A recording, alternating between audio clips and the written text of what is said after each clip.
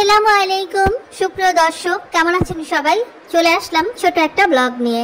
এখন আপনারা যেটা দেখতে পাচ্ছেন এটা মদিনার একটা হোটেল, থাকার হোটেল। এই হোটেলটার নাম এলিট কুবা। এটা কুবা রোডে অবস্থিত। এর আগে আমি যে আপনাদের পানির ফোয়ারা শেয়ার করেছিলাম, সেই পানির ফোয়ারার সামনেই এই হোটেলটা অবস্থিত। এই হোটেলের রিসেপশনটা দেখে খুবই ভালো লাগছিল, মনে হচ্ছিল রুমগুলো মনে হয় ভালো হবে। আমরা লিফট দিয়ে উপরে উঠে গেলাম। 3 তলা ছিল আমাদের রুম।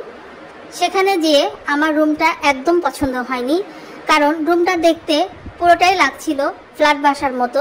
এটা কোনো হোটেল লাগছিল না, আর রুমটা আমার একদম পছন্দ হয়নি। আর এখানে যে গিজার ছিল, গিজারের পানি গরম হচ্ছিল না, সেজন্য আমরা একদিন এই হোটেলে থেকে আমরা ছেড়ে দেই, পরবর্তীতে অন্য হোটেলে চলে যাই।